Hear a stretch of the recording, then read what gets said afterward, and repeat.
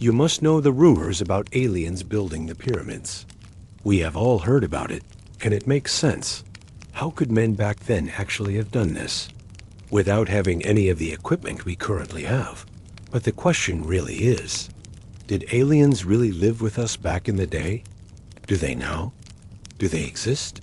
Let's break this down. Hey guys, tonight as you settle in and let your thoughts soften, you're invited to drift far away, not into the far reaches of the galaxy, but backward through the quiet corridors of time. It's easy to imagine that somewhere out there, far above the roofs of your house and the clouds rolling over the world, other eyes might be looking down. Maybe they always have. Maybe they once came to visit, or so the stories say. For centuries, people have looked at the pyramids rising from the Egyptian desert, the massive stones of Stonehenge standing like ancient teeth against the British sky, or the long lines drawn into the dry earth of Peru. And they've wondered, could ordinary people thousands of years ago really have done this all by themselves? Wouldn't it feel better if the answer were no? Instead, we'll wander slowly through the real past, the dusty, hard, clever, and very human work that left us these wonders. You might picture the thousands of hands that lifted stones, the thousands of feet that wore paths into the dirt, the quiet stories told under flickering fires.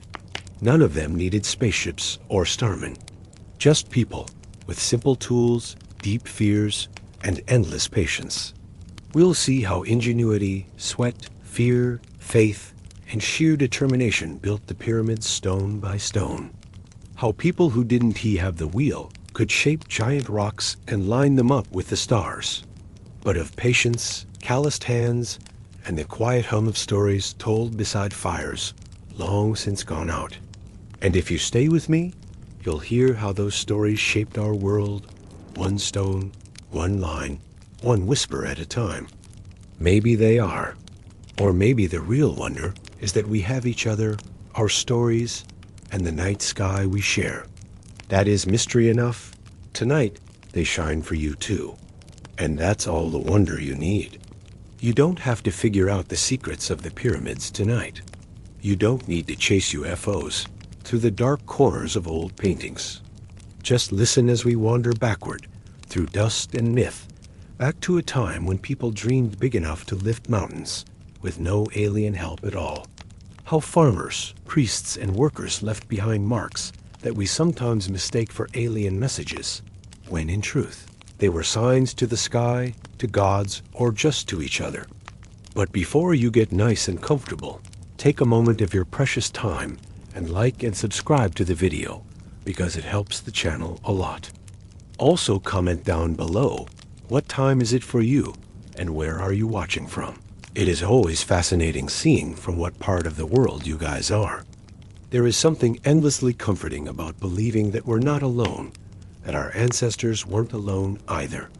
We'll start with the first spark, the moment someone looked at a pyramid and thought, no way people did this. Then we'll trace how that doubt became a myth. We'll visit the quarry ramps, the crude hammers, the back-breaking labor camps. We'll stand by the giant geoglyphs on the desert floor and imagine people walking them, step by step, in rituals we can only half guess at. We'll all listen to the wind tell old truths, that humans can do astonishing things when they believe the stars are watching. It's not hard to see why the idea sticks. The world feels wide, mysterious, and heavy with secrets we half remember in dreams. If the evidence of visitors from the stars is right there in plain sight, in carved stones, hidden tunnels, or cryptic symbols, then maybe our place here is part of something bigger. Maybe we were chosen, or helped, or watched over. Maybe we aren't just small creatures scratching at the dirt, but instead part of a grand cosmic story that began before we were born and will continue long after we gone. And so the myth of ancient aliens was born, not only in old fireside stories, but in books and television shows that feed our hunger for the uncanny. These stories promise that under every stone lies a clue, a carving of a flying saucer, a god in a helmet that looks suspiciously like an astronaut's visor, a blueprint for a machine no human could have made alone. They make us wonder and keep us awake, turning questions over in the quiet dark. But tonight, we won't be hunting for little green men in the cracks of old monuments. As you listen, you might feel your mind drift to places you then never stood. The hot sun over Giza, the cold dawn on the Salisbury Plain, the whispering winds that sweep over Nazca's lonely desert. Tonight's journey is not a loud adventure, but a calm unraveling. At the end, you might still wonder if somewhere out there, someone is watching you now. Some distant presence drifting through the galaxies, curious about your soft breathing as you sleep. So tuck yourself deeper under the blanket. Feel the bed beneath you, solid and comforting like stone under the desert sun. Let your eyelids grow heavy. This is the boring truth behind the myth of ancient aliens. A truth made not of spaceships and starmen. Close your eyes. The sky is wide and old. The stars above you are the same ones that shone down on builders, farmers, and dreamers thousands of years ago. Slip a little deeper under the covers. Let your shoulders relax as we drift back through time, not to the age of the pharaohs just yet, but to a much more recent moment when the seeds of ancient alien ideas were first sown. Because, contrary to what some might believe, the people who stacked the pyramids didn't tell stories of beings from the stars. That came much later, whispered into the curious ears of the modern world. Picture the late 19th century. Europe is alive with the buzz of Egyptomania. Explorers in dusty hats tug at ropes, pulling secrets out of the sands along the Nile. Newspapers in London and Paris thrill their readers with wild tales of golden coffins and rooms, full of forgotten kings. It was an age of discovery, but also an age of deep arrogance, a belief that the people who came before us, especially people from distant lands, couldn't possibly have been as clever as we are now.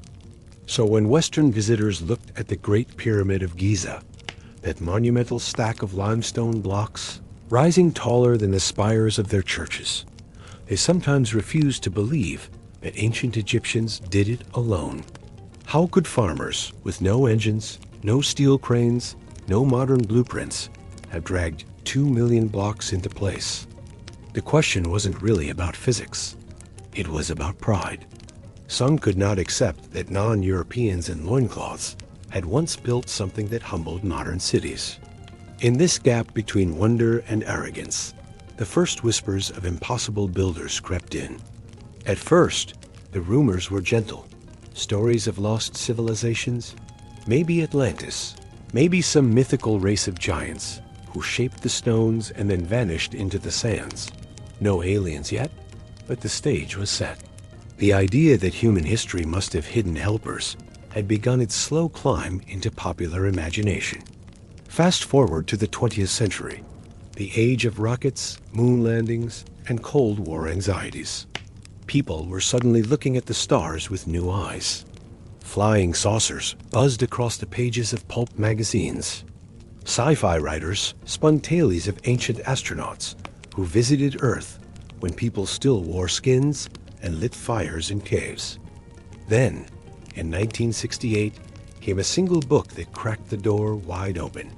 Chariots of the Gods by Erich von Däniken. If you've ever seen a documentary about ancient aliens, you have von Däniken to thank or blame for it. His book wasn't the first to imagine star visitors in the distant past, but it was the one that turned a fringe idea into a phenomenon.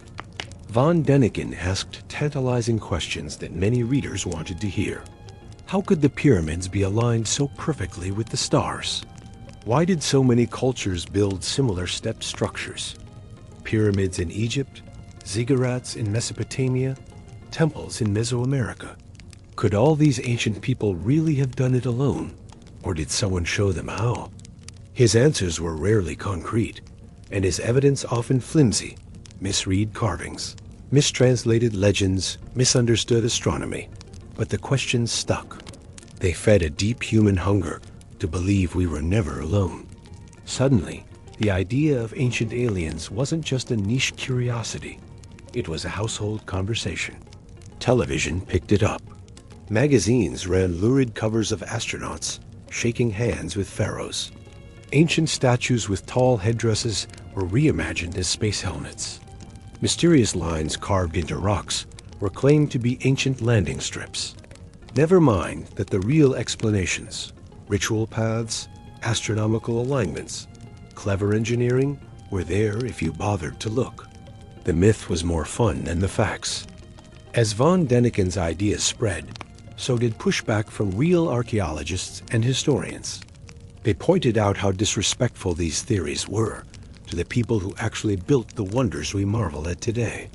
Saying aliens made the pyramids steals credit from the thousands of laborers who chiseled limestone in the blistering sun, the architects who measured stars with simple tools, the priests who tied every stone to prayers and ritual.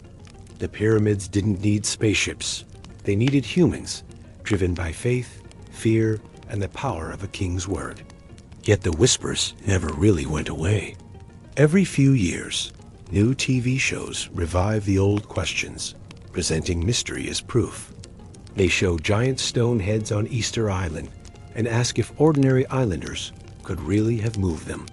They point to the Nazca Lines, vast drawings in the desert only visible from above, and claim they must be alien airfields. They rarely mention the simple truth.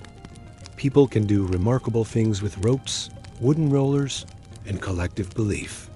Why do we keep wanting aliens to be part of our past? Maybe because it makes the past feel as big and strange as the universe itself. Maybe because it comforts us to think that we were noticed, chosen, and helped by minds greater than our own. Or maybe, deep down, it frightens us more to admit that the people before us were just as clever as we are, that they had the same brains, the same stubborn will, the same restless spark to build something bigger than themselves. So the next time you see a special on ancient aliens, remember the first whisper. It wasn't spoken by a pharaoh under a desert moon or carved in secret symbols on limestone walls. It was born in the imaginations of people who wanted the world to feel even stranger than it already was. And who didn't always trust the power of ordinary human hands? And tonight, as you breathe slowly and feel your eyes grow heavier, think of those hands. Rough with calluses, steady with purpose, lifting stone after stone under the searing sun. No saucers hovering overhead, no starmen guiding the way. Just people not so different from you, carving their mark on the world, and leaving behind mysteries so grand that we still can't help but dream of the stars. Settle back in now. You've drifted through the whispers and the wild ideas. Now it is time to sink deeper under the weight of stone and sun, to where the truth rests patiently, like a hidden chamber waiting to be found. Forget the flying saucers for a while. Let's stand in the dust and the heat of the Giza Plateau, nearly 5,000 years ago, and see what it truly took to build something that would outlast every king and conqueror who ever looked upon its face. The Great Pyramid of Giza, known to its builders as Khufu's Horizon, rose on a patch of desert bedrock overlooking the slow, timeless drift of the Nile. It began not with alien blueprints, but with human ambition. The dream of a single man, Pharaoh Khufu, who wanted his name to echo forever in stone. But dreams alone did not stack 2.3 million limestone blocks, each weighing as much as 2 small cars. For that, you needed people, thousands upon thousands of them. Imagine the dawn on that plateau.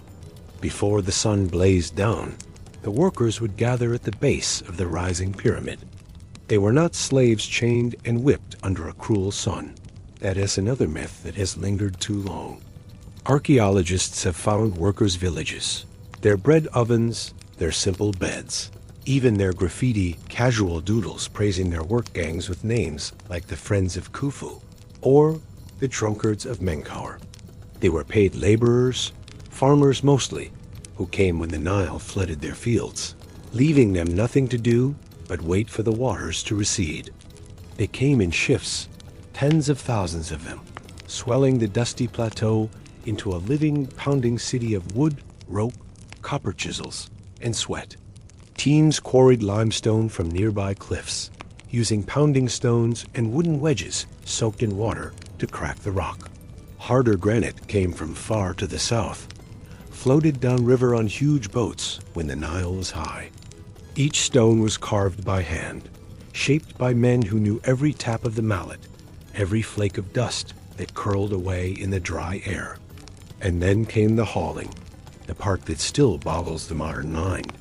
How do you drag blocks that weigh 2 tons each up a slope taller than a 40-story building? Not with alien beams of anti-gravity, but with cleverness and muscle. Recent discoveries and experiments tell us they likely used massive ramps made of mud brick and limestone chippings, sloping up and around the rising pyramid like a coiled snake. Wooden sledges were loaded with stone, then dragged by teams of men pulling in unison. Ancient wall paintings even show workers pouring water on the sand ahead of the sledges. Wet sand reduces friction, turning an impossible drag into a task that, while backbreaking, could be done. Every block placed was a moment of exquisite calculation. The base of the Great Pyramid is almost perfectly level, deviating by less than an inch across its entire footprint. Its sides align almost perfectly to the cardinal points, north, south, east, west, guided not by alien star maps, but by simple tools, sight lines, plumb bobs, and a keen knowledge of the night sky. When dusk fell over Giza, the same stars that sparkle above you tonight guided their builders. They did not need visitors from other worlds. They needed clear skies and patient eyes. Inside the pyramid, the story is even more astounding. The Grand Gallery, a vast sloping passage, was shaped with such precision that the blocks fit together without mortar. Huge granite beams were slid into place to protect the burial chamber from collapse, balanced delicately to distribute the crushing weight above. There are hidden chambers too, some discovered only in the last few decades by scanning the pyramid's mass with cosmic rays. Not spaceships, just brilliant ancient engineers, using empty pockets of air to lighten the load. And while the pyramid rose, so did its people's lives revolve around it. The workers were housed in rows of barracks, just a short walk from the site. They ate bread and onions, drank beer, the staple of Egyptian workers, and sang songs of praise for their crews. Some left marks behind, scrawled on stones like signatures on history. The vigorous gang, the enduring ones of Khufu. To stand among those graffiti today is to stand in the breath of the builders themselves, ordinary people who wanted to be remembered, even if only by each other. For decades, scholars argued about whether slaves did this labor. The truth, now uncovered by archaeology, is more humane and inspiring. These were not chained men forced under a whip, but Egyptians working for wages, food, and pride in their king's eternal monument. They were drafted for months at a time, rotating in and out like soldiers on campaign.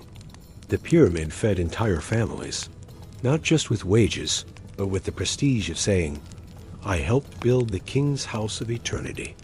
The Great Pyramid rose in less than 3 decades. When the last stone settled into place, its white limestone casing gleamed in the sun, so bright it must have looked like a star fallen to earth. For 1,000 years, it stood clad in that polished skin until time and earthquakes stripped it bare, leaving the stepped core that tourists see today. No saucers, no alien architects, just sunburnt men with rope burns on their hands, lifting the weight of a god's dream one block at a time. So tonight, as you lie there letting your breath slow and your eyelids grow heavy, picture that scene.